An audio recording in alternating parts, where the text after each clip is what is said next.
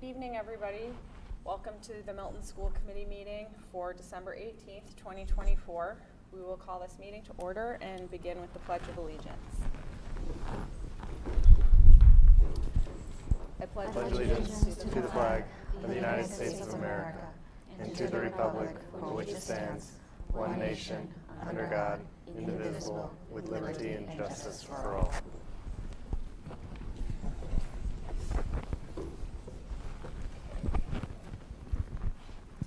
So, in terms of approving our agenda for this evening, before we get started, does anyone have any changes or things to remove from the agenda? All right. Then we can approve that and move into public comment, which is the portion of our meeting where we welcome members of the community to... Oh, I'm like, it's, sorry. Dragging something. There's just a noise in the hallway. Members of the community to come and share their perspectives with us. And we can do this both in person and virtually. So, is there anybody here in person to participate in public comment this evening? Is there anybody online? If you would like to participate in public comment, can you please raise your hand at this time?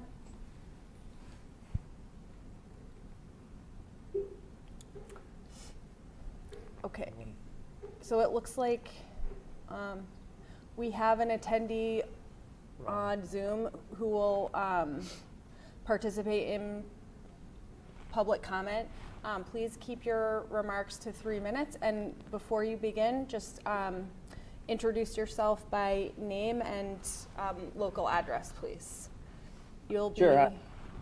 Yep, my name is Ron Cicchini. I'm at 26 Yes. Cushing Road. So, good evening, members of the school committee. I am speaking to, again, express my profound disappointment and frustration with how the removal of Columbus Day from the school calendar was handled, and it continues to be ignored. Sorry, excuse me. Yes? Mr. Cicchini, we can't quite hear you. Can you hold on a moment, please, so we make sure to adjust the volume? Try it again. Testing, 1, 2, 3. It's still a little faint. Hold on one moment. Sorry. Try again.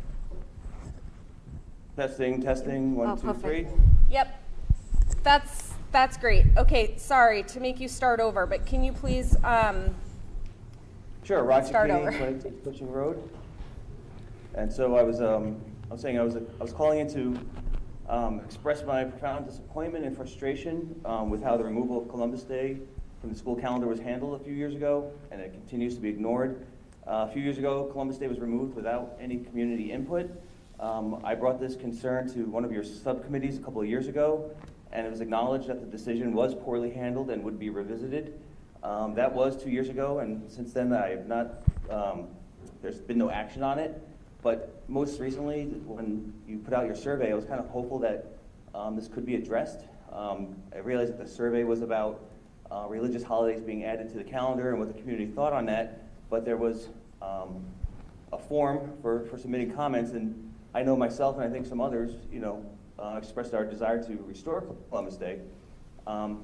And so I was hoping that there'd be a discussion about that, but then, there was no mention of it at all at the most recent school committee, and so it seems like it's just going to be ignored, and it seems like it's a deliberate omission, and to me it speaks volumes. And so I just wanted to remind the school committee that Columbus Day is both a federal holiday and a Massachusetts state holiday, but more importantly, Columbus Day was created to honor the contributions of Italian Americans, which was an immigrant group that endured significant discrimination in this country. And so replacing it with Indigenous Peoples Day without even creating an alternative like an Italian Heritage Day, in my mind, not only erases Italian Americans, but also sends a harmful message of exclusion. This is really not about what anyone thinks about Columbus himself. It's about respecting a day that recognizes the struggles and achievements of Italian Americans, and by extension, all immigrants. The decision to remove Columbus Day without meaningful input and to ignore it, despite promises to revisit the matter, is a betrayal of trust. And so I urge this committee to honor your word, engage in genuine community dialogue, and restore a day that celebrates Italian American heritage, or provide a meaningful alternative. Failing to do so perpetuates harm and discrimination, and in my mind is unacceptable. Thank you. Thank you very much. So we will be obviously having the continued discussion a little bit later in our agenda, and if members have thoughts about what was just raised, then we'll have the opportunity to incorporate that into the discussion. Is there anybody else wishing to participate in public comment online?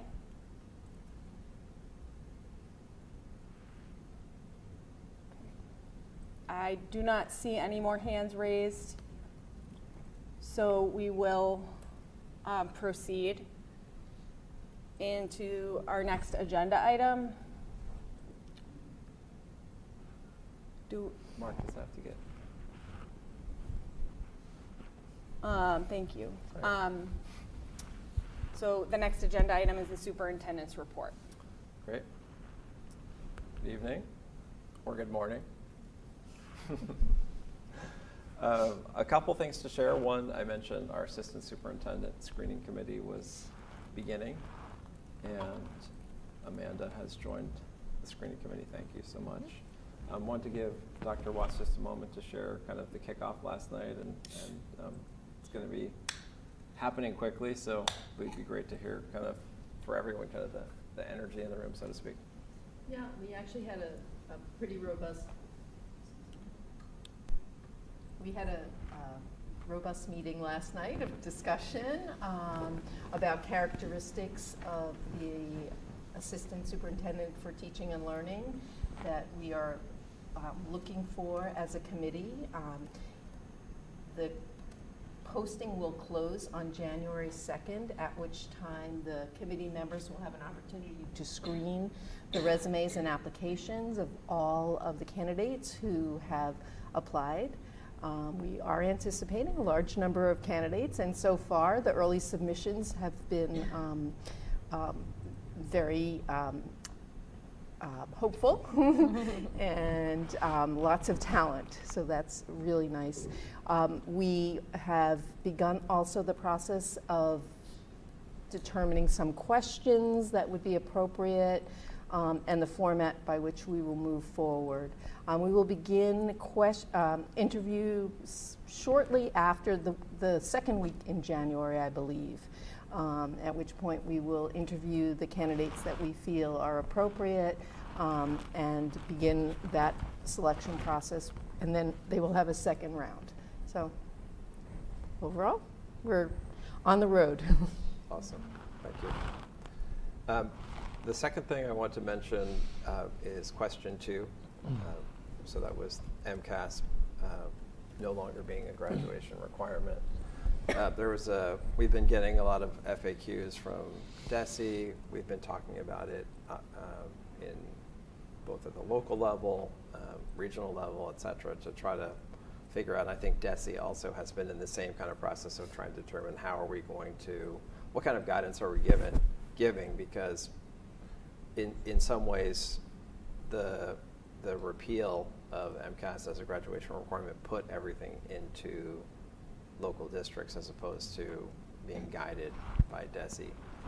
We had a webinar today that I think Mark also attended, right in the room next to me.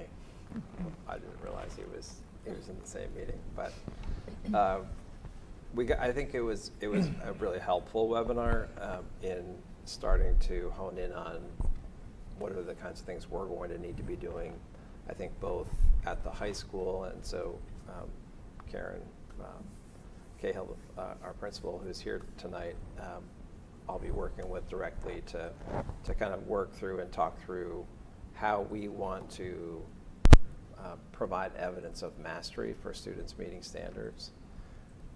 The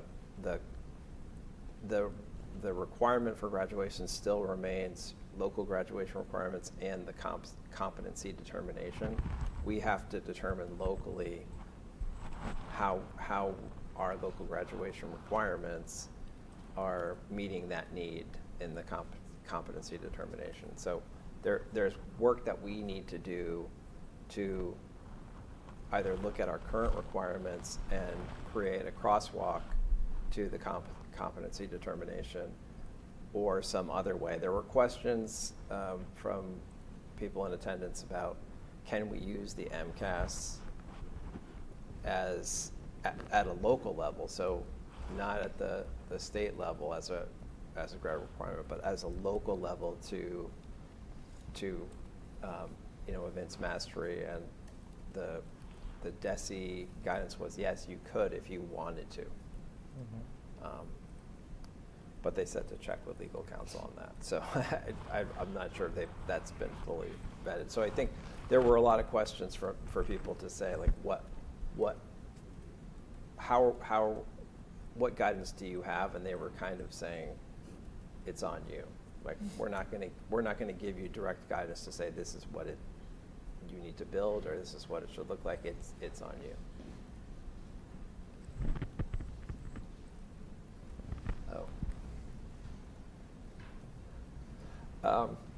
So I am meeting. I know I've got a meeting coming back from break with area superintendents. Area meaning like 25 districts. And our main focus is going to be bringing our initial draft thinking. It will probably mean, one of the suggestions in this from DESE is to develop a policy, so there's clarity, and I think that makes sense. Whether that becomes part of our graduation policy or a separate policy, I think there would probably be an amendment to our current graduation policy. So there's more to come on that.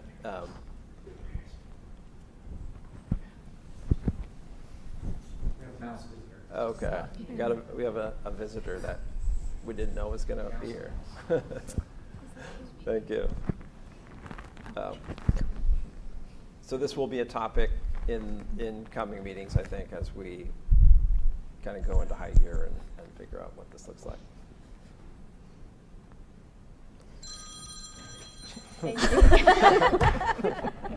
So then would you work with area superintendents to come up with something that they would all then use? Yeah. Okay. I mean, I think they're, we don't, I think this will take time. So I think my feeling is people are going to say, like, let's start simple and then build from there in terms of how we want to prove this competency determination. Do we want to pause? It's a well-attended meeting. That's right. We always like visitors at our meetings.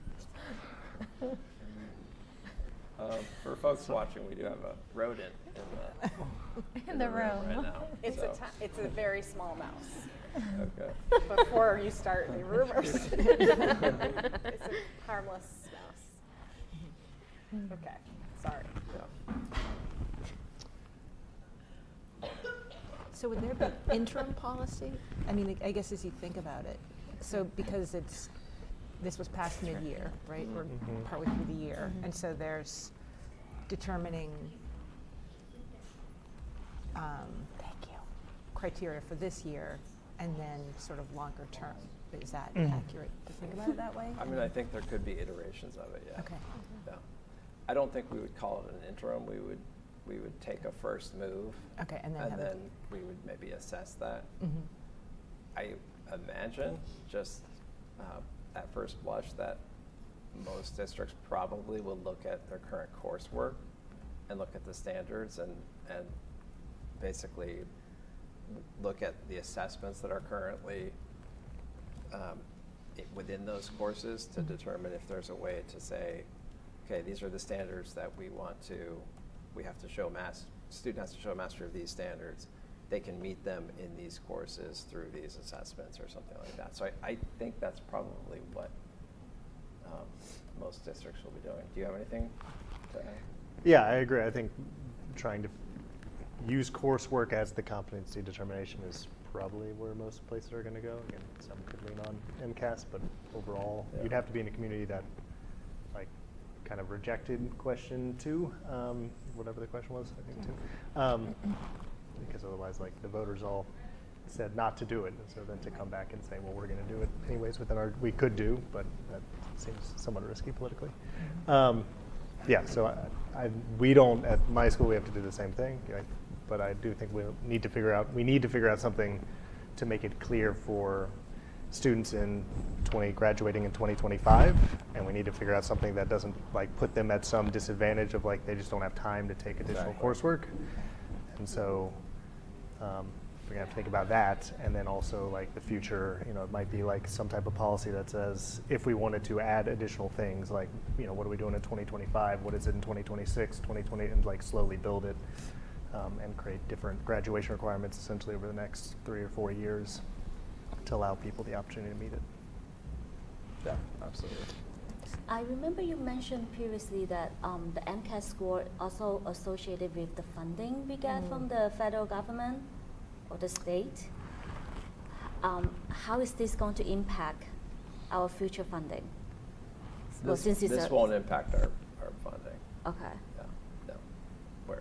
Our funding will remain the same.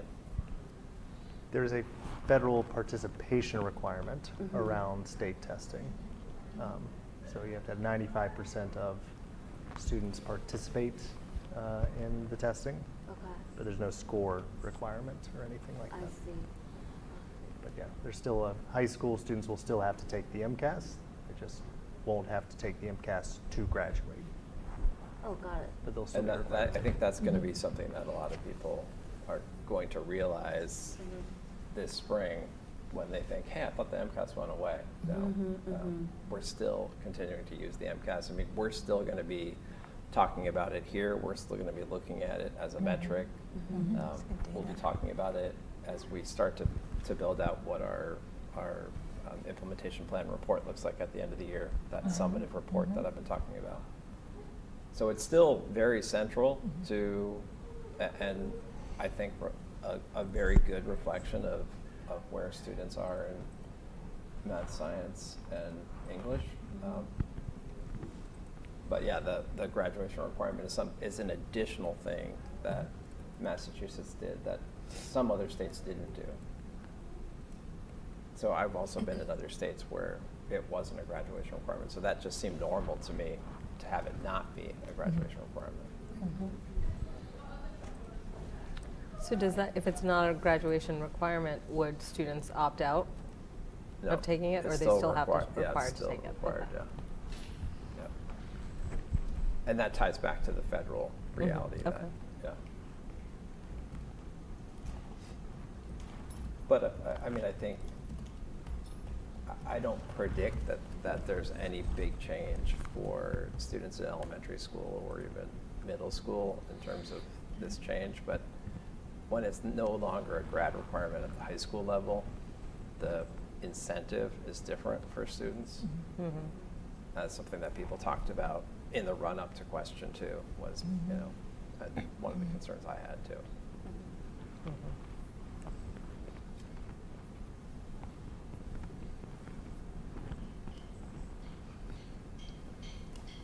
That's it. So, next, under your report, then, we're ready for the high school site council presentation? Okay, so You ready? we're really thankful to have the opportunity to learn about Milton High School this evening from Mrs. Cahill and Ms. Crowley. Thank you so much for joining us. Thanks for this opportunity.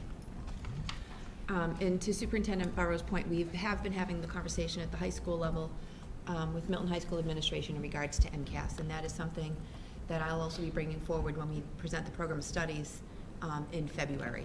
So that graduation requirements are part of the program of studies as well. So those are conversations I'm hoping to have with Superintendent Burrows prior to that presentation as well.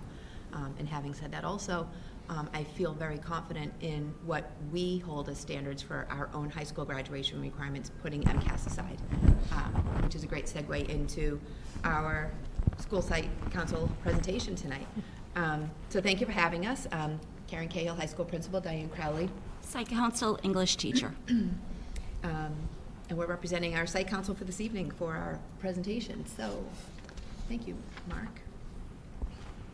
The rest of our site council people could be watching at home, or we're going to hear about it next week at our meeting, or week after, I'm sorry, we get back from vacation. Deborah Bingham and Kelly Sear are 2 site council members who have been working with us on this presentation, providing us feedback, and they could not be here this evening. Just some work that our site council has been doing this year so far. We have been looking at our school improvement plan and how it aligns with the district implementation plan. That is one thing that a subgroup of the site council has been doing, along with another subgroup is looking at the community service requirements at the high school. Currently, we have 140 hours, 35 hours per year that students have to fulfill in order to graduate from high school. We are looking at other districts' data and compiling some information that we would like to present to school committee when we do the program of studies as graduation requirements, and what is realistic in this day and age for our students who are overscheduled, have jobs, have other commitments, and what's realistic to have meaningful community service. So that is a conversation the site council has been having as well. So I look forward to presenting that to you at a future date. So that is work that we've been doing this year for the site council. Mark, can you please move forward to right here? So this is just an overview of our school enrollment. Milton High School, on the average every year, our school enrollment increases just slightly. About an average of 40 to 45 students in the past 4 to 5 years have enrolled. New student registration above what is rolling over from the Pierce Middle School. We have seen an increase in students returning to us from private schools, which is something I continue to say. Just today I spoke with a parent from BC High who was looking to have their child come back to Milton High School. I am very confident, as I said earlier, in the academic rigor that exists at the high school, and I feel that our teachers do an exceptional job, and you'll see in some of the data that we'll be sharing that what they're doing in the classroom really plays out at the state level and at the national level when it comes to some of the exams that we are doing. Mark, next slide, please. So just the mission statement. We are a school that just encourages our students to be the best version of themselves, to get involved, to be lifelong learners, and to collaborate and work alongside their teachers and their peers. And I hope, again, that you'll see through what we're doing this evening that you'll see that in everything that we're doing. Mark? So Superintendent Burrows has his implementation plan. Go ahead. And while we'll be focusing on the implementation plan, I'll just also align it to our school improvement plan. The first information that we're using is just the shout-outs that we got at the start of this year. So one of the last times I was reporting to you, we were under working with NEAS, New England Associations of Schools, to be accredited. And at the end of last year, I had to submit a report, our first report of progress and planning.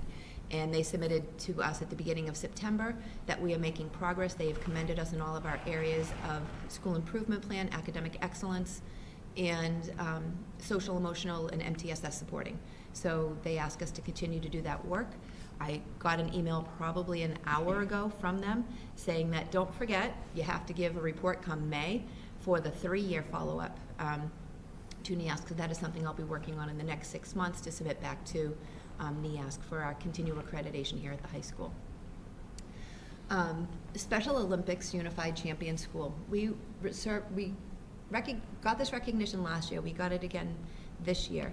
And I am proud to say that the work we are doing here at the high school to be as inclusive as possible, it really does blow me away, and I am honored to be the principal. We have had 3 new courses added to the high school. We have unified art, unified music, and unified PE.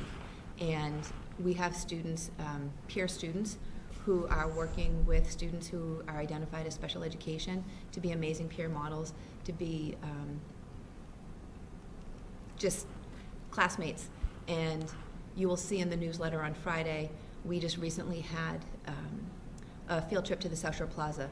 Our 3 programs, Launch, Achieve, and Partners, went with our students from the Unified Art and Unified Music classes to the South Shore Plaza for budget lessons, how to buy, I know Katie, you'd be happy with that. Budgeting, social interactions, and how to do that work with someone else. And the feedback I got from the students was just amazing. And I appreciate the opportunity to be able to offer these classes, and I hope that the number of students that are enrolling in them just continues to increase over the years. From the College Board perspective, we continue to excel with our scores. I'm not going to read the slide to you, but we are exceeding in benchmark college readiness for English and for math. And I still continue to take pride in the fact that we're able to offer the PSATs to our juniors and sophomores and juniors. Our sophomores for exposure to the exam, our juniors to be eligible for the national merit. Ms. Crowley is going to talk about that momentarily in regards to some of the recognitions we got through national merit this year at the state level and at the national level. We also, as a school, got what is called AP Gold status. We're aiming for platinum. Mark, if you don't mind doing the next slide. What happens at the platinum level, actually it's a few slides down, is if we continue to do the work to expose all of our students to the opportunities of AP, Superintendent Burrows, I believe you had a conversation recently in regards to all of the efforts we're making to keep access open to all of our students, the opportunities that are afforded. We hopefully will gain platinum status. The gold status says that we are working as best we can for college readiness right now for our students. We're opening early college readiness. We are offering more courses to more students and supporting them financially if they need that work. So next year, we're hoping for platinum. We got one area of platinum for college credit, but culture and optimization, we're hoping to get to platinum as well. So I am really happy with the work that we're doing for all of our students. And Mark, I'm going to ask you to go back a few slides. I just wanted to touch upon that. As we move forward, the next thing we are going to talk about, still under academic excellence for Superintendent Burrows, is the vision of the graduate, and not necessarily what the words mean, but what it looks like here in the building. And I cannot stress enough that everything that you're going to see as Diane talks and we talk about the pictures or the comments that are here really tie into the work that's being done every day in the classroom. Our teachers here are phenomenal, our students, and you'll hear me say that to the students and staff every day. Ms. Crowley. It's very much under the leadership of Principal Cahill and other administrators that we've been able to grow our kind of branding of what a vision of a graduate is. And the buy-in needs to come not just from staff, but also from students, because we need them to understand that these are our guiding principles. This is how we teach. This is how we organize our programs, our co-curriculars, that we want them to be ready to face an ever-changing world, but be ready for opportunities. That's really what we're in the business of, opportunity creating, not just educating in content area, but allowing students to optimize and self-actualize, to understand what their potential is. And as we talk about a vision of a graduate and it hits upon academic, personal, and social growth, we're finding this unifying language that helps students developmentally at their state and adolescence understand what it is that we're doing. So these are our students for term 1 who were acknowledged, and it's such a happy moment for them. You can see that they feel so proud to be acknowledged in front of their peers, and we're seeking to grow opportunities to bring the school together by grade or by some other organizational method, depending on the kind of acknowledgement that's happening, so that peers can be recognized by their peers. They're recognized frequently in their co-curricular and sports opportunities. But we're in the business of teaching, and the students who are excelling academically and in their contributions to our school should be acknowledged. Next slide, please. To that end, we have a number of students who have received acknowledgments this fall. In the first corner, you see the National Recognition Program from College Board, and this program seeks to acknowledge students who are in varied subgroups who achieve in the top 10% of the Commonwealth on the PSAT. And we're very proud to present these 5 students with that acknowledgement. And this is a new program for us. The National Honor Society at Milton High School has a requirement of a 3.7 GPA. So a student with a 3.7 GPA is invited to be part of, and apply for rather,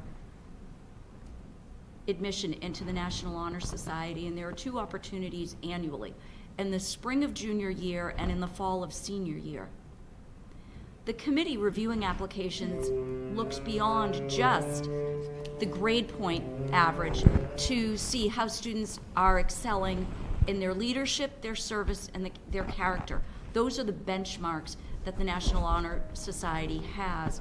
And while we always have a bigger group in junior year, it's nice for us to be able to acknowledge students who have completed their junior year, have maybe had a push up in their academics, particularly as students maybe in their first go around in an AP or an honors course, and they feel so proud all the time to be recognized by the National Honor Society, but especially those senior inductees hold a special place. In the bottom corner, you see our commended students for the College Board. These are the top 34,000 students across the country with the PSAT. This is a remarkable group of students who have varied interests and leadership. They are athletes and actors and musicians, and they excel in different areas of their personal and school lives. And it is a tremendous honor for a student to achieve this. They have achieved this particularly because of the variety of courses that Milton High School offers. I believe very deeply, while I'm a teacher of English, that it is our elective courses that bring joy to kids. Most students probably don't want to just sit in my English class and read Hamlet, but they're very excited to go to automotive class, or to go to art class, or to go to unified music. That's where their joy maker is. I think of a program, particularly our Intro to Business program, which is growing, wherein these students are excited to learn about the business world. They're excited to be exposed to the stock market. They're excited to understand real-world applications. And the intersection of their literacy skills and their math skills position students to grow and perform on exams like the PSAT and the SAT and their AP exams. And at Milton High School, we don't diminish our elective program. Those courses are just as important in supporting the whole student, because it's frequent that our students find their passion, their joy, their excitement, and their curiosity about their future plans through their elective courses. And that's why we champion those programs and seek to support them. Our National Merit Scholar semifinalist is pictured here, and Sydney is an extraordinary student. She placed in the top 16,000 students around the country in the PSAT. That is no small achievement at all. These students continue to impress and inspire us. They're the reason that we do our jobs. And these students are leaders in the classroom, on the field, in the hallways, in daily life at Milton High School. And they are the best representatives of what it is that we do. Thank you. Next slide, Mark. Thank you. And I've said it, and Diana said it. We're talking about general programs, but we can't lose sight of the fact that all of this is happening because of the teaching that's happening in all of our classrooms, in every single classroom. National scholars, about 50% of our students who take AP courses are recognized in some way, shape, or form as a national scholar. And I won't read through what the descriptions are, but they're receiving qualifying scores, and depending on the number of AP exams they take in their life experience at the high school, qualifies them to an AP scholar, a scholar with honor, with distinction, international. And we had 2 students internationally, which is when College Board is not just national. There are students all over the world that are taking these AP exams. I've been part of an AP chat group, for lack of better words, and talking about when people are taking these exams. Some students at 11 o'clock at night, because that's when the exam is being administered globally, that's when they have to take it. So the commitment that we have for our students to take these exams is quite impressive. And so I just wanted to give a shout out to the hard work that our students and teachers are doing to get this recognition. Mark, can you go ahead 2 slides, please, to the postgrad? Thank you. And just from our class of 2024, we're working with our seniors right now as college acceptances are coming out. Very proud, 92% of our students have gone on to post-secondary planning at the college level. And to recognize the 6 students last year, I recognized them at the National Awards Night who were going into the military. We're having 2 students come back this week. One already came back this week. He just finished boot camp, and amazing young man. And another student is coming tomorrow, who also just finished boot camp for the Air Force, I believe. Yes, for the Air Force. And we'll be working with our students, with local recruiters, just to let people understand what that process looks like, to make sure our students are aware of all of the options that they have afforded to them. I feel that we are opening possibilities to students and having those individual conversations with students, not just about college, but what are the other options out there for them. And to Diane's point earlier, the electives that we offer, I do feel, allow students to explore those opportunities. So I just wanted to share this with everyone as we look at our post-secondary plans for our students. Mark, next slide, please. Thank you. And just to close out the academic excellence, this is part of Superintendent Barrow's plan as well, 1.2, I believe, MTSS. But the intervention and strategies and supports we have available for all of our students at the high school. You know, we talk about the students who have IEPs or 504s and the individual support that they get, but the supports listed here are open up to all of our students. The student leaders, I want to touch upon what they do with our freshman class and the work that we hope that they're going to do with other students as well. They really support student transitions to the high school for our freshman class. We had a conversation in central office today in regards to the transitions, grade 5 to 6 and 7 or 8 to 9. And I do applaud the work that our student leader advisors and our student leaders do to help our students acclimate to the high school, and not just for the extracurriculars, but for the academics as well, and being the role models that our students really appreciate seeing. Just the Bright program, we've had that program in place for about 6 or 7 years now, and I truly feel that for those of you who don't know, it's Bridge for Resilient Youth in Transition, based out of the Brookline Public Schools is where it originated. And it is for students who have struggled coming to school for medical reasons, for social emotional reasons, who have been hospitalized. And we all know what the past 5 years have brought for a lot of our students for social emotional well-being. And with this program, those students have been able to return to school in a partial or a full day transition back. And the teacher in that program works so well with the students, with the families, and with our teachers to make individual plans. And I'm not saying IEPs, I'm saying individual plans for those students so they can transition back into school at their pace and find success. Again, I have to give our teachers major shout outs for the individual conversations they have with this teacher and those students to put plans into place for those students still to be challenged. I'm not taking that away from them, but to find success. And I appreciate the district's support of that program.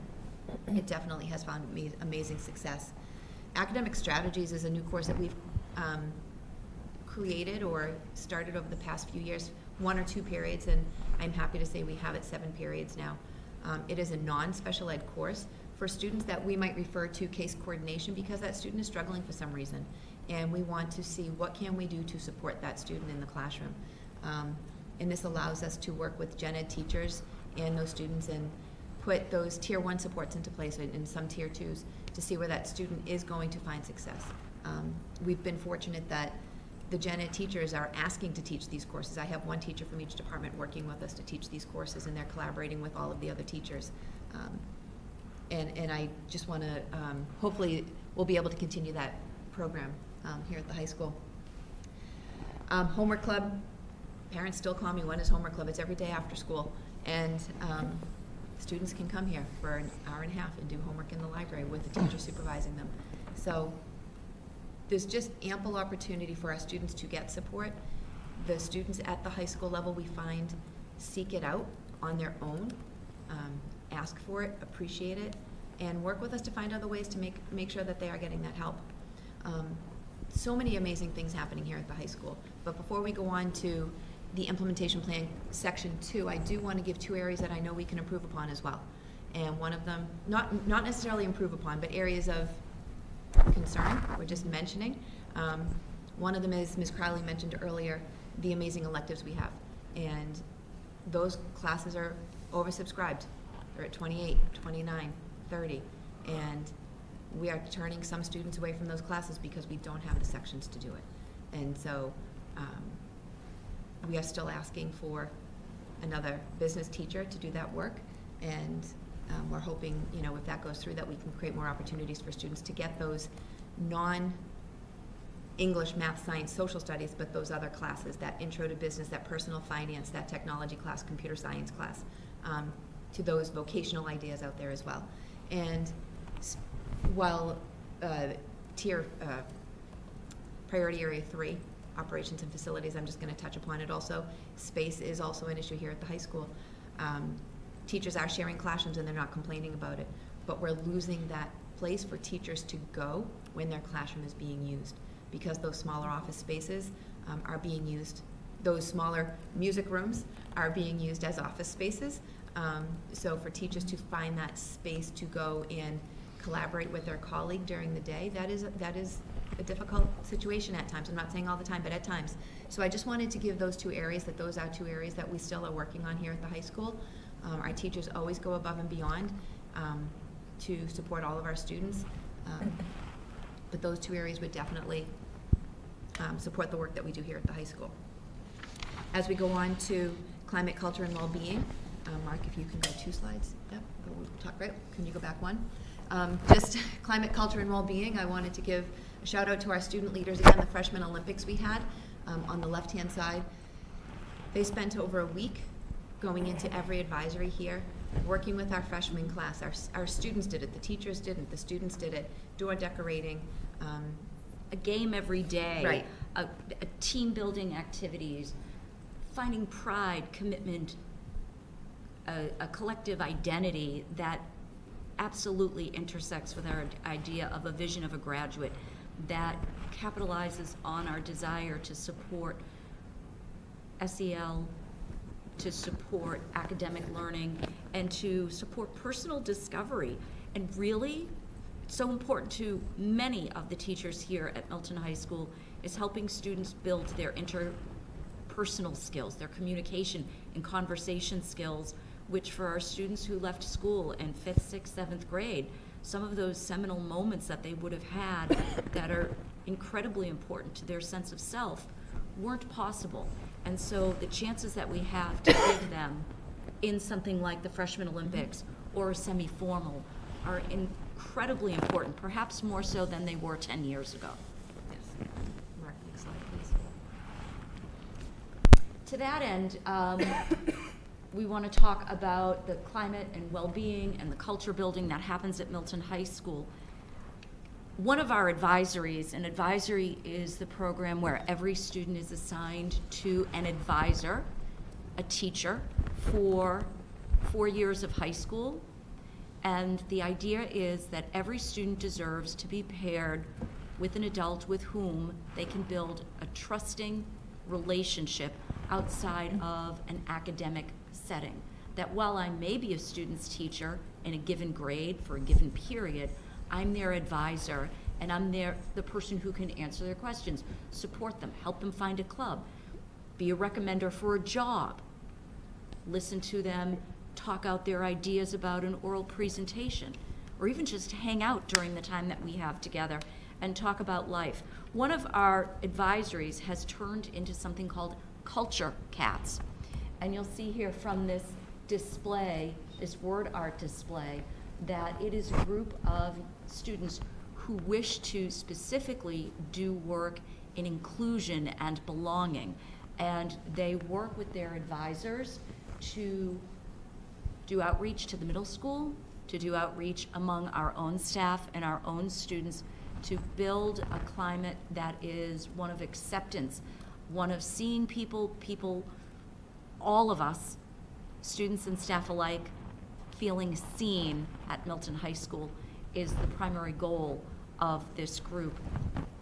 We have a number of programs that happen that unify our students around a shared idea or value.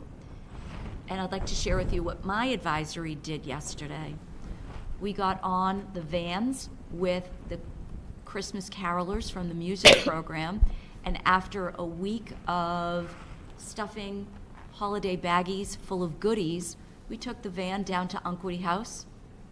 We had a rousing sing-along with the residents during our advisory period.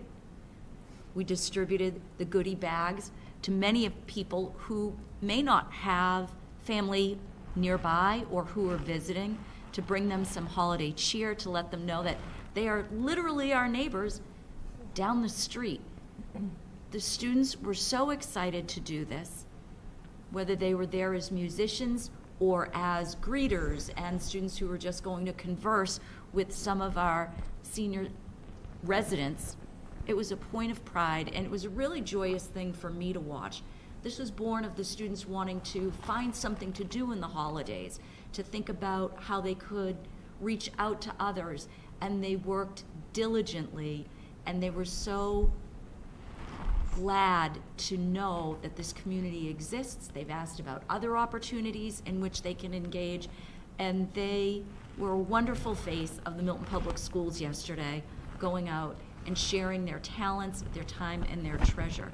But there are so many ways that this happens through the student council, through the principal's advisory group, through programs such as the Historically Black College and University visits.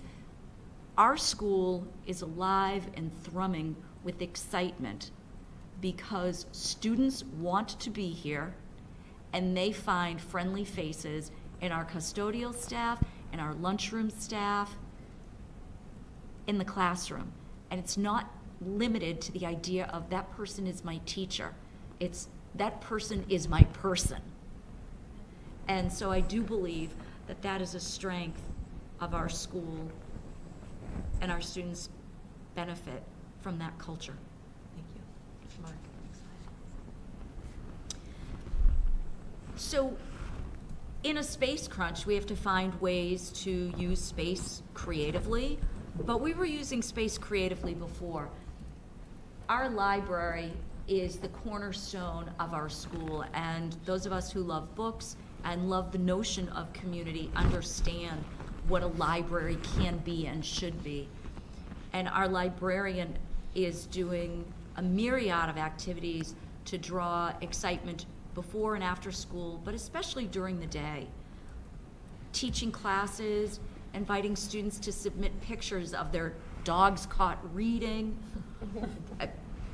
putting up student art displays, hosting events. Never saying no. If we can fit one more group in here, if we can fit one more class in here for a special program, we will. We're using the Wildcat Cafe, the hallways, for collaboration, for interacting, for growing academic, personal, and social skills, which is really what we're doing every day. Thank you. Mark. And just to close it out, we just focus also on everything at extracurricular. We have talked about all of the opportunities here at the high school, but to be mindful of everything that our students are involved in. I'm not going to ask Mark to open up this slide, but it's a 62 slide. No, you don't have it. Basically 62 slides of all the different clubs and activities now, athletic teams that are here at the high school. So I had Milton High School Information Night last week for grades 6 through 8, and I shared this out with the community. So those families are exposed to what could their child do if they choose to come here to the high school. What are the opportunities available? And it isn't all of them. Students are constantly coming to me saying, hey, I have an idea for this club, I have an idea for that club, what can we do? I just got an email this week for the Sunrise Club. I haven't read it yet, but I can only imagine. So I appreciate the fact that students know they have a voice here. Ms. Crowley mentioned something earlier, and I do want to give a shout out to a student who was online earlier, Adam Chairs, who is part of the school committee school calendar group. He has worked diligently with his committee to give outreach to the students to get feedback so students have a voice when it comes to the district calendar. And I appreciate the work that our students in student government are doing and putting that time in so the students know that they have a voice. There is AP data and MCAS data if we want, but I know you've seen that, a lot of that already is my understanding. So at this point I will say this is where we're at, and if there's questions or comments, we are happy to answer them. So thank you very much. Thank you so much. Questions? Comments? I did open this. Open up there too. Did open that amazing slide deck about the clubs and activities. Wow. So I did actually, thank you, great presentation, you were very thorough, you covered a lot of my questions, so I appreciate that. I did have one question, you touched upon it earlier about working with the transition between 8th and 9th. Yes. If you could just kind of elaborate on that Sure. a little bit more. We actually spoke about it this morning at our DLT meeting. We are really more seeing where we are lacking in the communication so families can make informed decisions when they come to the high school. You know, I spoke with Dr. Fish earlier today, and we'll continue to have that conversation. Our counselors go down to the middle school, and I say during course selection time for lack of better words, you know, in the late winter, early spring, to talk about the course selection process and all of the courses at the high school. So students can make those informed decisions. What are the courses? What are the high school graduation requirements? We will do a program of studies night where all of the department heads will be here to answer general questions about curriculum, but also individual questions that families might have on a separate basis.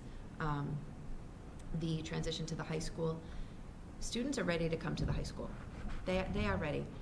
They are already exposed to the schedule. At the Pierce, it is also a 7-day rotating schedule, except they have 6 periods a day where we have 5 periods a day. They already have the 4 lunches. So respectfully to the parents and the adults who don't understand the schedule, the kids pick up pretty quickly on how to move around the high school. So they're used to that get up and go transition. Whereas going from 5th to 6th grade, they're not used to that. Students are already exposed to the athletics. I see them here at the basketball games and the football games, so they're familiar. What they're not familiar with is just, you know, you're in high school now, and everything you do over these 4 years matters to what you're going to do when you leave. And not that it didn't matter in middle school, but those conversations that we're having from the moment they walk in the door about making those good choices and be the best version of yourself. That's what we start with day one, actually prior to day one when we do orientation. And there's still, like I said, the biggest, I think we really need to work on our communication, you know, so the teachers at the middle school and the high school, those vertical alignments and having those conversations. So those middle school teachers are working with our high school teachers to know exactly what is being covered in those classes so they can make those appropriate recommendations for leveling. And, you know, the leveling in, should it be Spanish or should it be Latin or should it be biology honors or college prep honors, and what is that going to look like?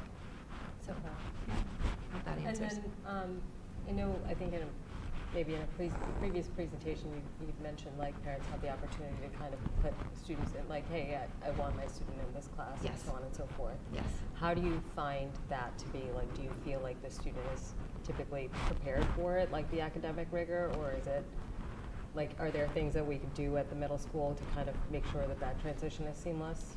Yeah, Or are there supports in I think place? overall, Mhm.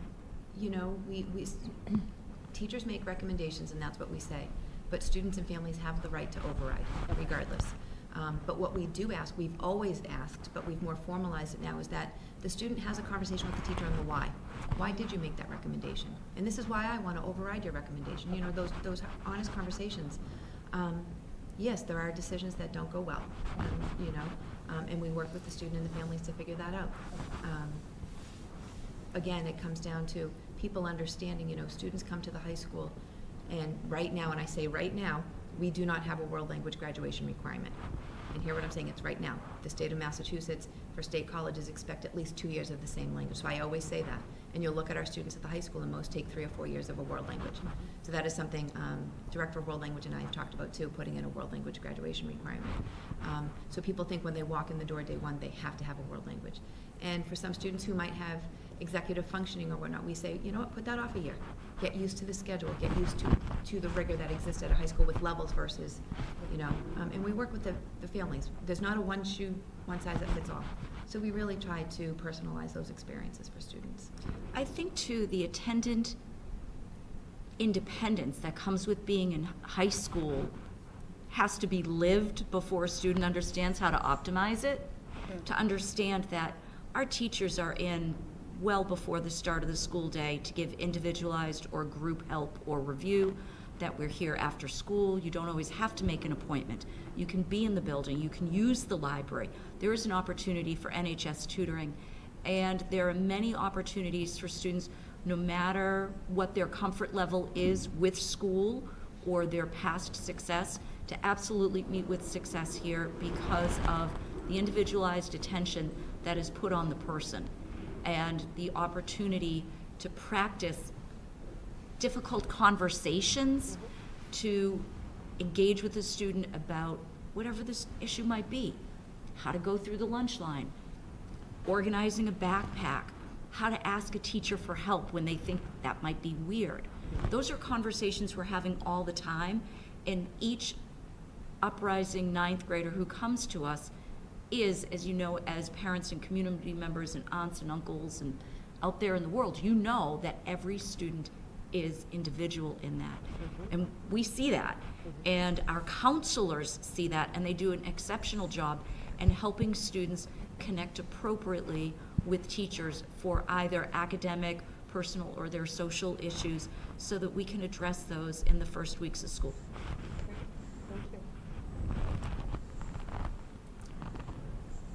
It's very impressive, especially when I click onto these 66 pages of clubs and athletic groups. My assumption is that it doesn't happen all the time. Like the clubs might have been like fall semester, spring semester, or is it all these 66 clubs and athletic teams are happening all the time throughout the school year? Teams are by season and organized through the MIAA, although we do have a weight room program where students can drop into the weight room and use it individually with adult supervision throughout the school year. But our clubs run, for the most part, year-round. There may be some things that are seasonal. For instance, within the theater program, auditions are seasonal. You try out for the fall play or the spring play. But the Asian Culture Club, National Honor Society, the Elephant in the Room, those are organizations that meet regularly throughout the year. Clubs meet before and after school, and frequently teachers will take a straw poll of that year's members to say, you're all on the soccer team, so why don't we meet in the morning until soccer is over? There are evening outings and evening meetings. There are lots of ways for students to be involved. So if a club is on that, it's running, and there are students involved in it. Every single one of them. That's amazing. And you also mentioned about the advisory program. I'm wondering about, you mentioned that the student will have the same advisor for 4 years in high school. I'm wondering about the ratio of the advisor and student, like one advisor versus how many students? It's roughly one advisor to 17 or 18 students. That is, unfortunately, the numbers are going up with enrollment, but we try to do that. Every classroom is utilized during advisory, so every teacher has about 17 or 18 students. that's a lot of students. And how long is advisory period? 26 minutes. 26 minutes. And within the 26 minutes, you were able to take a group of students and go out and have It that. took a little discussion? 5 minutes She got on one permission end from the and principal to 5 be able minutes to on the move. other, but yes, yes. And so what we did in advisory was extraordinary. My advisory happens to be seniors, and they're sophisticated. I've had them for 4 years. They're a fun group of kids. But even with freshmen, there are lots of wonderful things that can happen, such as the Freshman Olympics. But our advisory program is a product of two things. One, NEASC telling us several years ago that we needed to build an opportunity for students to have one-on-one connections with adults who were not their primary academic teachers. And the second reason is our robust group guidance program, wherein students are meeting with counselors to learn about the program of studies or the college application process, or how to get into the Naviance platform, what it means to take the PSAT in 10th grade. Absolutely. So there's a little bit of downtime built into that. There's a chance to connect. We help students navigate whatever problem or joy that they're having in a given day. And how often do you guys meet as advisories? Advisory is every day. Every day for 26 Every day. minutes? Yes. Say the beginning of the day, or maybe. It's middle of the day. It's roughly 9:47 to 10:17. Oh, I see. roughly. Not that I have the schedule memorized. Don't ask me what day it is, but I might be able to look at the times. Well, since you mentioned about the time, it is very interesting that our school starting time is very precise. Yes. Right, 7:52 or 7:55, and then you end at like 2:25. Anyway, it's just a little bit hard to remember. Anyway, I really love that you guys have this program and meet the students every day for 26 minutes. Because if you tell me like you only meet once a week, it doesn't seem like long enough to get to know each student, especially when you have 17 students in your group. But over 4 years with this same group of students, I hope the connection between the adult and the student will be stronger and stronger. But what if there's a situation that people does not click?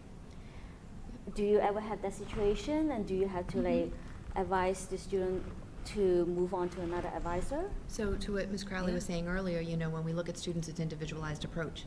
So if we find that a student might not be making success with a particular placement, then we do review that and see if there's another place for that student to go. We're constantly working with our students. For the past 2 weeks, myself, Assistant Principal Tran, and Assistant Principal Mackinac, along with 2 of my department heads, have been in the hallways during advisory, consciously being in the hallway for the entire advisory period, just to see what students might not be making it to advisory, because I'll be honest, that happens. And we're asking, why aren't you going? What's going on? What can we do to make sure that you have a place that you can go to? We're working with our teachers to make sure that advisory is what NEASC wants it to be, and it's being utilized to the best of the staff and the students' capacity. So yeah, there are times. And the teacher, the educator responsibility is no different from a class. I take attendance. I write hall passes. I make sure students are seated. And if somebody needs to go to their locker or bathroom or pick up a book that they left somewhere else, that happens. But it has a framework that is consistent and safe, but yet also provides the flexibility we need to build the relationships in a different way than happens in a conventional academic course. Sounds great. There you go. I got a couple questions on AP and SAT. First is like just general framing. Like I think both those are really important metrics as it relates to like thinking about high school, and to the point you made at the beginning, rigor, right? How are we really providing strong academics for students? And I think, you know, there are a lot of ways in which those measurements can be used to kind of falsify rigor by limiting access, right? And so like you restrict, just have a few kids really take the SAT or take your APs, and then your scores look really good, but you're actually not doing a service to kids. And so I think that's always like a balance. I think when I look at all the SAT data and stuff, I just want to shout out Milton High School, because I think, you know, you are a standout within the state within that. When I look, you're in the top 80th percentile in average SAT combined score, but you're in the top 94th percentile in SAT test takers against kind of your total student population. And there's only 4 other traditional school districts that actually like rank higher than you in your SAT combined score that have like a similar level of participation. So again, you are maximizing success with access, and I think that is something that we always want to be really mindful of. But we're not just chasing a high combined score if that means that we're kind of dissuading kids from opportunity to take the SAT. I do believe, as a content area teacher, that the support of the district and providing the opportunity for the PSAT to all 10th and 11th grade students, regardless of their ability, their interest in school, whoever they are, the fact that they are sitting and having that experience opens up their understanding of what it is to sit for an exam of that kind of rigor, and it positions our counselors and teachers and even our school leaders to have conversations about the future with students as young as 15 and 10th grade. So much of this goes back to the district at large and the leadership of the district recognizing that providing that at no cost to families is very important, because when students have that experience in school, my students take that PSAT with me in 10th grade in advisory, so they know me. It's a safe environment. Testing is very hard emotionally for kids at 15, for everybody. But I do believe, to your point about our later success in encouraging testing and that risk-taking to consider what the opportunities ultimately are for a graduating student and our vision of a graduate, is beginning with the support that the superintendent's office gives us in allowing students to test at no cost for the PSAT twice in their high school career. And to do it during the school day. That, yes, That and is to do another it piece. during the school day, which means nobody feels intruded upon on a Saturday, or kids who are reluctant learners or who don't always enjoy coming to school don't want to come on a Saturday. And that was one of the reasons we also started doing school day SAT. So all students had access to the exam. And we're honestly looking at, and this is the first time you'll be hearing it, offering the SAT school day to juniors as well. We haven't done that yet, but we're finding with colleges now bringing back SATs as a requirement, the classes of 25 and 26, it's still test optional, but you're starting to see colleges saying, oh, we're requiring the scores again, to offer another opportunity for students during the school day, so we know that students have access if they want it. So I appreciate you finding that information and sharing it out. And to Diane's point, I do appreciate the district's support in allowing us to do that during the school day for students to have that access, so thank you.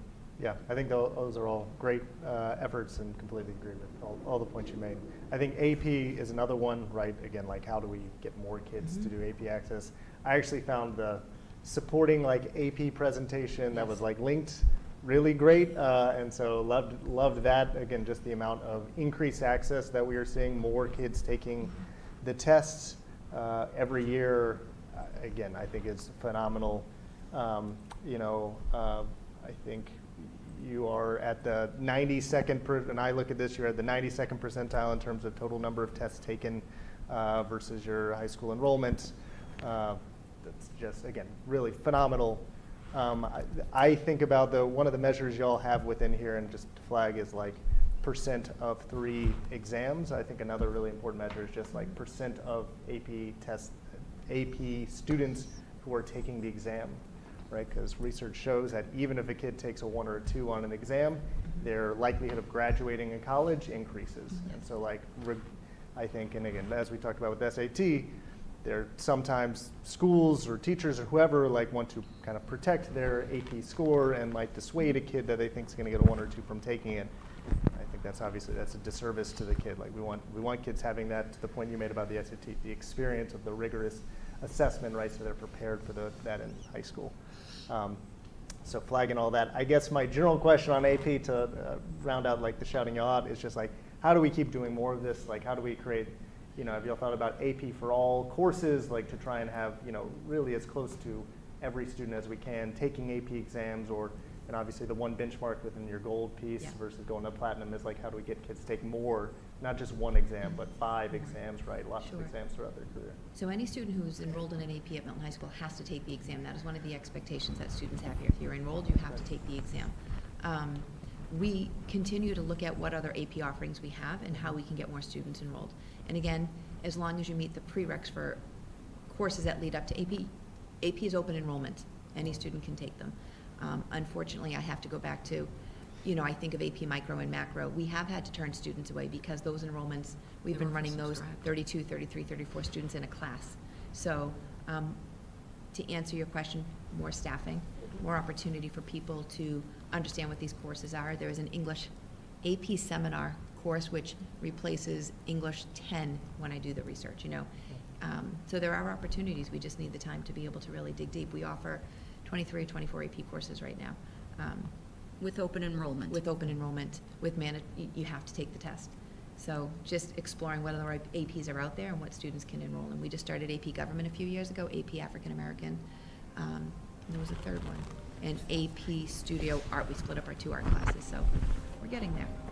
To your point, I teach AP Literature in senior year, and I currently have a student who began high school in a co-taught and is in AP and is also in a second English class for fun. So the path forward is there for students, and the opportunities are there, and the support of the community and the district allows us to provide these enriching, rigorous academic opportunities for students that open up opportunities for them. Thank you. The only thing I would add is, as somebody whose focus is on positive youth development, sort of that's the lens that I bring to the work. I commend you for, even though you're not using that language, but really sort of approaching the work from a student-centered perspective and really looking at young people holistically, which I think, settings that have the privilege of having young people with them for that many hours during the, for the course of 12 months. If I think more spaces sort of approached sort of their work with young people from that perspective, right? Thinking about the importance of adults in the lives of young people, whether you're the teacher in front of them, whether you're, the custodian, whoever it is, that you're having positive interactions and the impact that that has on the young people is critical. And I just wish more spaces sort of recognize that. So I commend you for that, because I could hear it, all of it. I was like, yeah, it's positive youth development, good work, So I just commend you for all that. And I think even the offerings of all those clubs, right? It's allowing young people to tap into that interest and identify their joy. And so how do they, then you're shaping more than just, it's more than just scholars. That's important, and academic excellence is key. But you also want them to be nurtured in other ways and grow in other ways. So I commend you for that. I don't think I had heard that story as much as I heard it this evening. Thank you very much. I appreciate that.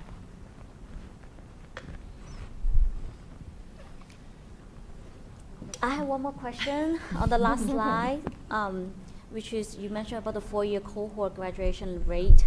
Because I'm Asian, so obviously we look at the Asian number, and I noticed that there's no data for the Asian graduates.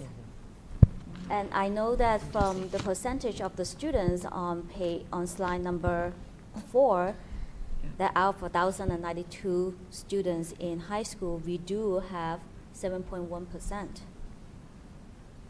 And I remember seeing somebody graduated last year who are Asian, so I'm just curious about if you have data for the other subgroups that is not mentioned on here.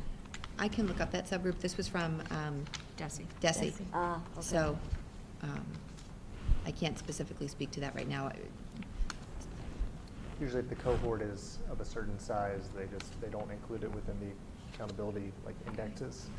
So again, it's a table from the DESI profile. Got it. All right. Thanks, Mark. We can take up that issue with it, Desi. Outdated data. So I just want to ask, I know in previous years you have really struggled with kids coming to school, right? Like getting them in the building. How has that gone? I know you've made some changes to the handbook this year and put in some, just stricter guidelines. How has that? It's helped. It's definitely helped. One of my professional practice goals last year was looking at the tardy rate of students to school or the attendance, and it has improved significantly. But there are still students who struggle, and we continue to have those conversations on how to get those students to school. And it is not a school conversation. We're engaging the family and the student, and to your point earlier, that it is a student-centered conversation, and if the student isn't part of the conversation, then there's no point in having the conversation, to be perfectly honest with you.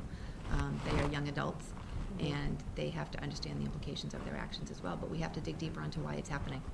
And I mentioned earlier about students being so oversubscribed, and there are still students who are leaving here, and they are going to work for 7 hours after they leave here, and I don't say that to be funny. That is the reality for some of them. And so school is happening, but it's not the priority for them. So we are really trying to support the students and being creative in how we can help them get that work done. So I know that was a vague answer, but it is still something we need to address, and we're going to continue to work on it. So.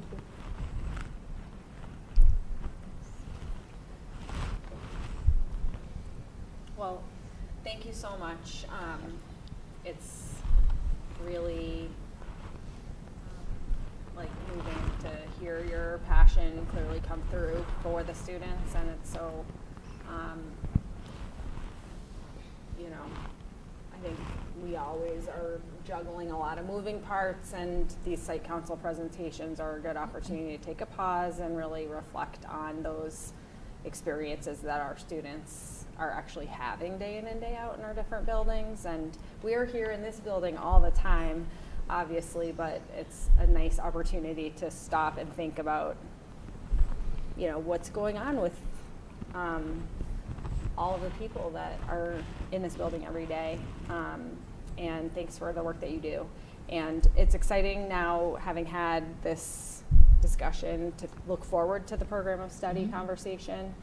And it's exciting to just even know that you're considering some continuing to like evolve the program of study, which is obviously always happening in order to keep providing these great opportunities to our students. So thank you for your great Thank you for having us. presentation and for the Thank you. conversation. Thank you. Everyone have a nice holiday break. Thank you all. Yes, enjoy your vacation. Thank you. Thank you.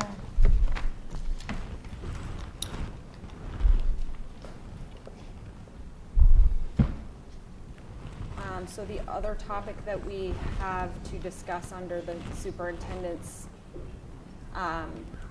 report this evening pertains to the Massachusetts School Building Authority. The very exciting news that we've received since our last meeting that we have indeed been invited in. And so do you want to give a little Sure, yeah. sort of update on that? So I emailed you all just to let you know kind of a few of the different milestones over the last couple weeks. As we first heard that we were being invited on Friday, we attended Friday to the official MSBA board meeting where they recognized us along with a number of other districts and shared a little bit about what the process would look like. We had a webinar today to understand what Module 1, there are different modules that you go through as part of this process. They explained it's a 5 to 7 year long process. We're in the eligibility phase right now. It's a 270-day module. It starts on May 1st, but there is work that we can do prior to May 1st to prepare for that official start. And that's some of what we'll be talking about tonight. I have talked to a lot of folks throughout Milton over the last couple of weeks, and I think there's a collective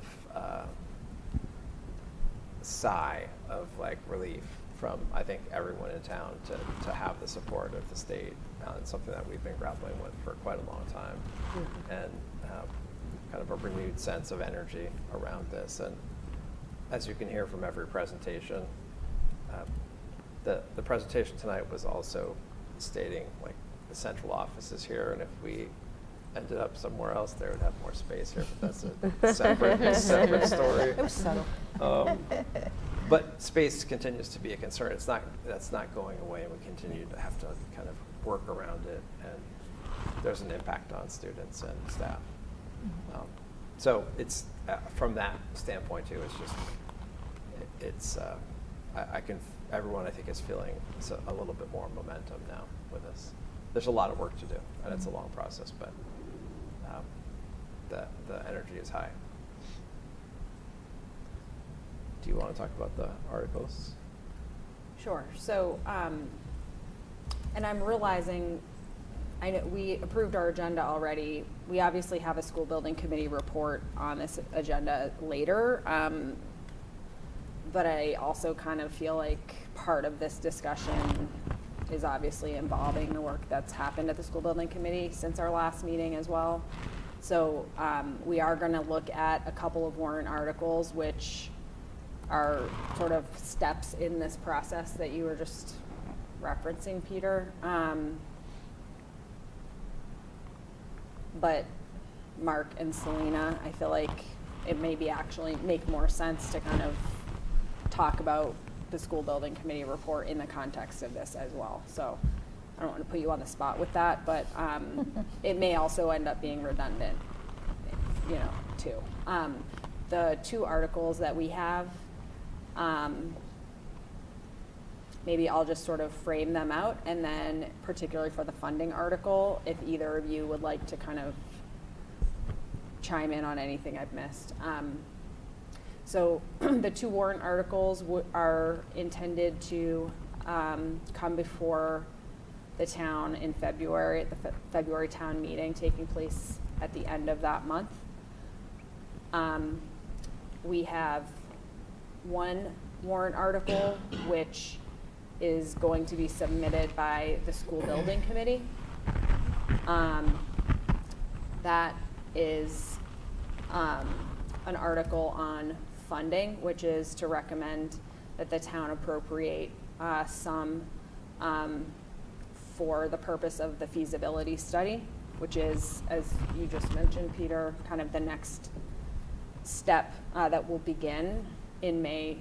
That's for May 1st. So in being able to address this at the February town meeting, you know, it allows that to be sort of teed up and ready to hopefully begin moving forward as soon as the period opens up.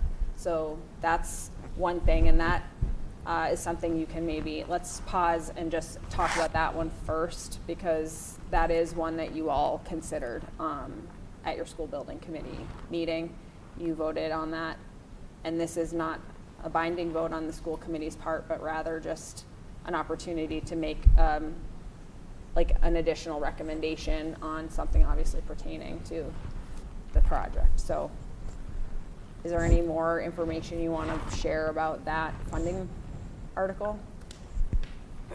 Yeah, just that the number came from the owner project manager, right, our paid consultants. You know, we talked about what is the right amount. It's funding that's supposed to get us through schematic design phase of the project before you come back to the town to ask for full funding. So just wanted to make sure that the amount would get us through there. Again, that's from our consultants who said yes, and that they're the ones who came up with that number.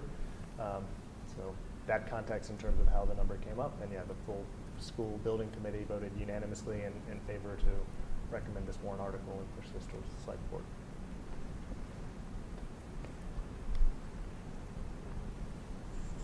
So that's one of the articles that we have. The second article that we have pertaining to MSBA tonight is one that the school committee will submit, because this is an article that addresses the roster of the school building committee. The school building committee was originally created in 2019 at town meeting. As we all know, you know, we've been hearing about the fact they've been doing their work for many years already. But that, by joining MSBA for this project from this point forward, there are some new requirements in terms of the roster, or in other words, like the roles of the people who sit on the school building committee. And in the language of the article that we have here, you can just see listed out essentially what positions would need to be added to the school building committee to align with what MSBA requires. As you can see here, that includes the superintendent of schools, the town administrator, director of consolidated facilities, an individual with MCPPO certification, which is a special certification that I know a couple of our staff in town do have.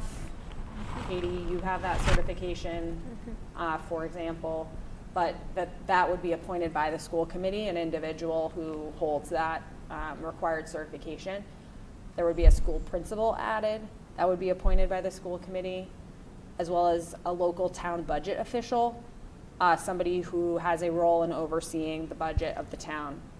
The most straightforward way to go about adding these positions in the way that would support, best support kind of the commitment to this next phase of the school building committee and the work, is to add these positions. And you know, I've had the discussion, I've tried to understand this, attending the meetings, talking to Peter, talking to Nick Milano, is to add these as staff positions who are non-voting members of the school building committee. So the school building committee is currently comprised of 9 members, voting members. In order to align with MSBA, what we're proposing here would be to add this additional 6 members, but because they are staff of the town, they would be there in ex officio capacity as non-voting members, but fully participating in all of the meetings and conversations to make sure that the voting members, which are appointed by the moderator, select board, and school committee in the form of 2 school committee members, that they are all fully informed and taking their votes by the district, the town, on these key issues. So that's my understanding of this and our responsibility, because the district is the entity within town that is sort of the lead for this project. I mean, this is a school district project. MSBA has invited Milton Public Schools into the program.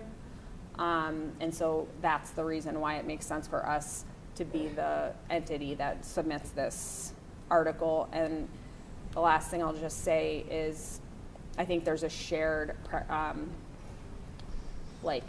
goal of allowing us to just move forward following the requirements of the process, but in as a way that carries momentum and allows us to sort of build on the progress that we've made to date, that sort of redoes the parts of the process that need to be redone, but that allows us to, you mentioned a 5 to 7 year time frame, that allows us to accomplish this project as quickly and efficiently as possible, knowing how acute our overcrowding continues to be. So by just returning to town meeting to ask town meeting to amend the school building committee that it established by simply adding these positions that in a very straightforward manner comply with what's required. I feel that that's kind of the best path to just move forward and be prepared for May 1st to just continue hitting the ground running. So I don't know if people have questions,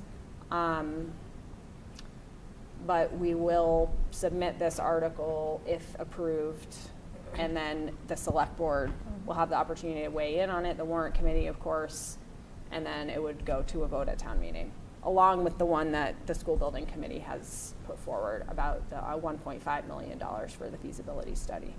So we don't have these motions on the floor yet, but before we kind of do that, are there questions or comments on one or both of these? I had a question about the feasibility study. And is the way it's written because it's an amendment to the previous article of 2019 where it says feasibility study of an elementary school or middle school for the project for the Cunningham School. So that's the part. That is the way that our application to MSBA was written. You have to point to the submit school a where project. where Yeah, it's exactly. the school of need, and then what you're, that's the school with most pressing need, and Correct. you're doing a feasibility study Yep. of that to determine how to address the That's right, overcrowding. and that's, Okay. for example, that's why MSBA did their site visit at Cunningham. Okay.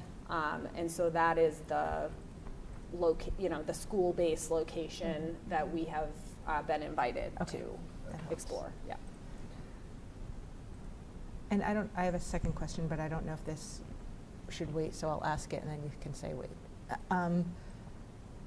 The 5 to 7 year timeline, is there, knowing that things aren't always built for efficiency, is there the ability to impact that timeline at all given the work that's been done, or is it, are there things that because they've been done and that this committee has been working for so long, that they can, that it could expedite the timeline at all? Do we know, or is it just? So that's the hope. Yeah. Is that some of the work that has happened already can help us move through the process faster. Great. So hopefully not the 7 year, but Right. or the 5 year 5 year. mark. Gotcha. Yes, Okay. exactly. But there are some things that we will have to, redo or revisit. And that is just part of what it means to be now part of this process. Okay. Thanks. But for instance, there's a lot of even just the reconfiguring of the school building committee in order for us to meet the requirement already. It's like we already have it. We're not trying to form it from scratch. Right. Exactly. Right, okay, thanks.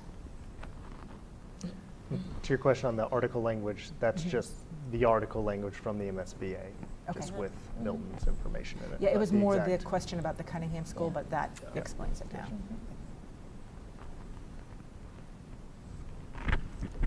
So I did have a question.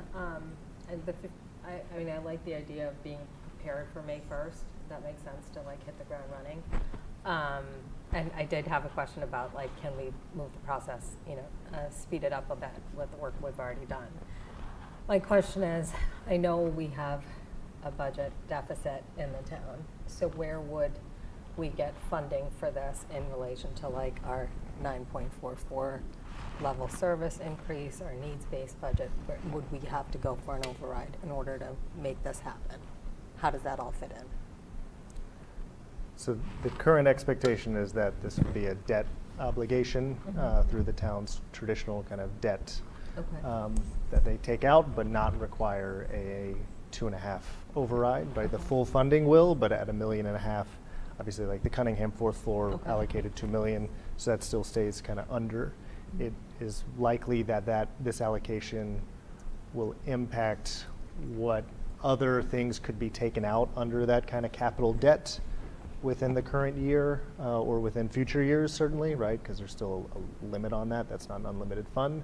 But the amount itself is of a small enough nature that it can just be done through kind of the normal debt service, not with a 2.5 override. Okay.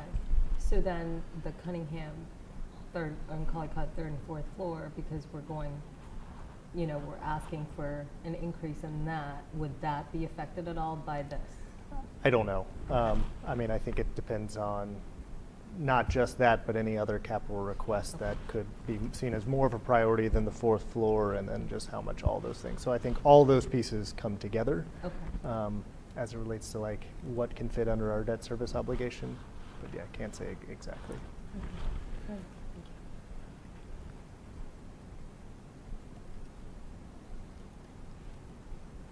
It's capital planning meeting next month. We're actually meeting tomorrow at 7:30 in the morning.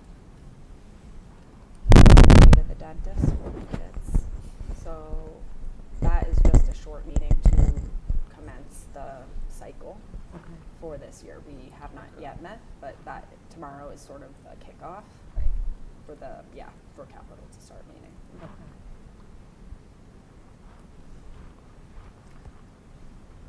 Any other questions or thoughts?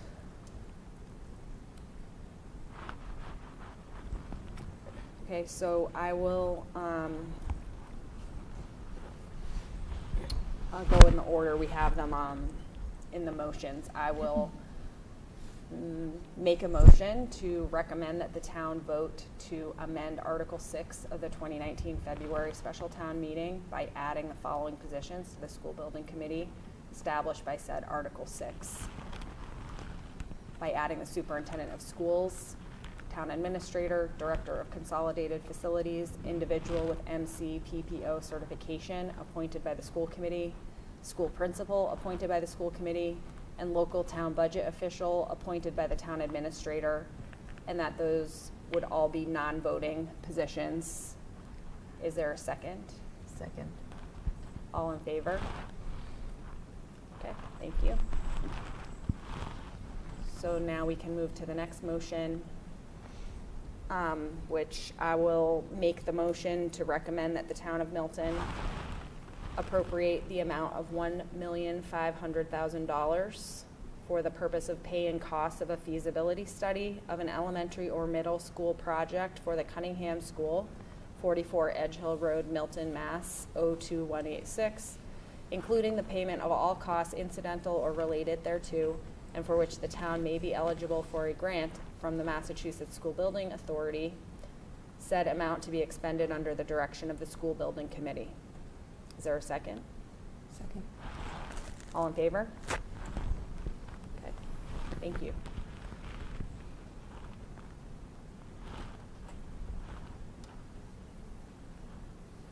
Anything else under superintendent's report?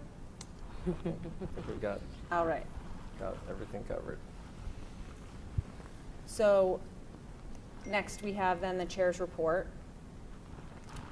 We are going to continue our conversation about the school year calendar as we look ahead, not yet considering the specific calendar for 25-26 next year, but really trying to move towards some clarity as you know, Peter and the leadership team go about drafting the calendar for next year, which we will look at and vote upon in January.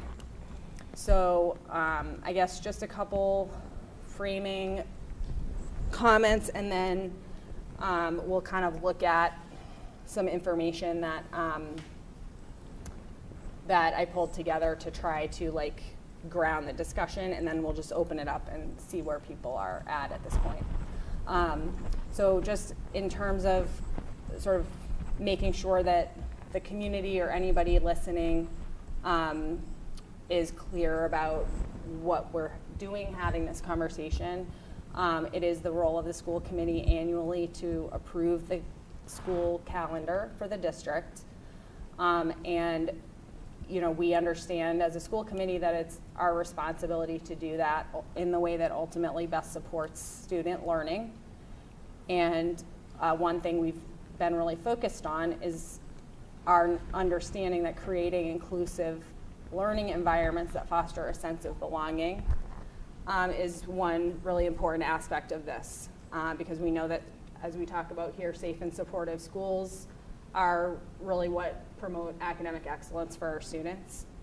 And we want to optimize our calendar as best we can to support students, their families, and our staff to all be successful.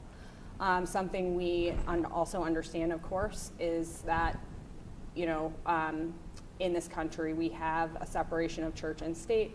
We are a public school district, and so we are not practicing religions or promoting specific religious practices within our schools, but we also at the same time want to be supportive of many of our students, their families, and staff who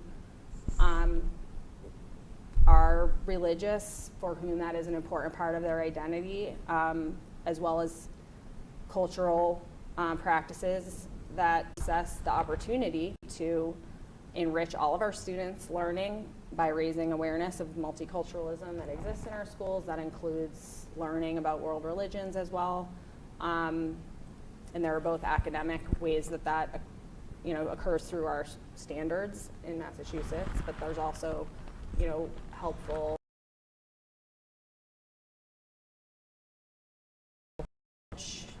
obviously for anybody who's been following along, this is not a new topic. It's something that school committees and communities all over grapple with. They grapple with it over time, and we here in Milton have been directly discussing this topic for the past couple of years and at different points in the past, as you know, our calendar has evolved through time. Our particular focus for this discussion over the past year has really, in the community listening process that we undertook this fall, was to really think about specifically religious and cultural holidays in terms of how, whether or how we acknowledge those with a day off or not. And you know, we also, though, even with that specific focus, know that we can't consider this question in a vacuum, and there have a lot of other related questions have come up through this process of listening and exploring. Some of them include, you know, questions about when we start and end the school year. A layer of that is how we adapt to climate change and the fact that our classrooms have gotten hotter at the beginning and the end of the school year, for example. We've also been hearing questions about how we incorporate professional learning and plan thoughtfully for that. And we know that that's important to ensure that our our educators can be keeping up with things like new technology, like best practices, to meet the needs of all of our students. So that's an important related piece that's come up. And just to name that, you know, we are all sitting around here at this table, like balancing a lot of different perspectives on this topic. We've heard from folks in our listening sessions, by emails, public comment, probably our friends and neighbors, people that we encounter just individually. And we know that there's not necessarily agreement within groups. So there are just a lot of competing and complementary things for us to be considering. I'd like to just acknowledge my gratitude to all of you for participating to please everybody with the decision you're going to make. And I think that's pretty hard to approve.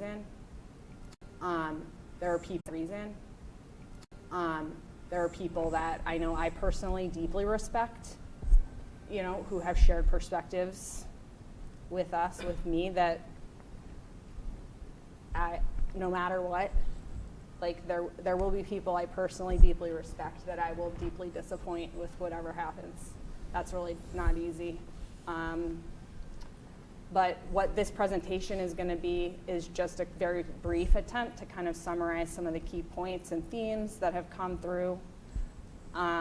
It's not comprehensive, it's not exhaustive, it's just trying to summarize this for us to kind of help us have this next piece of the discussion.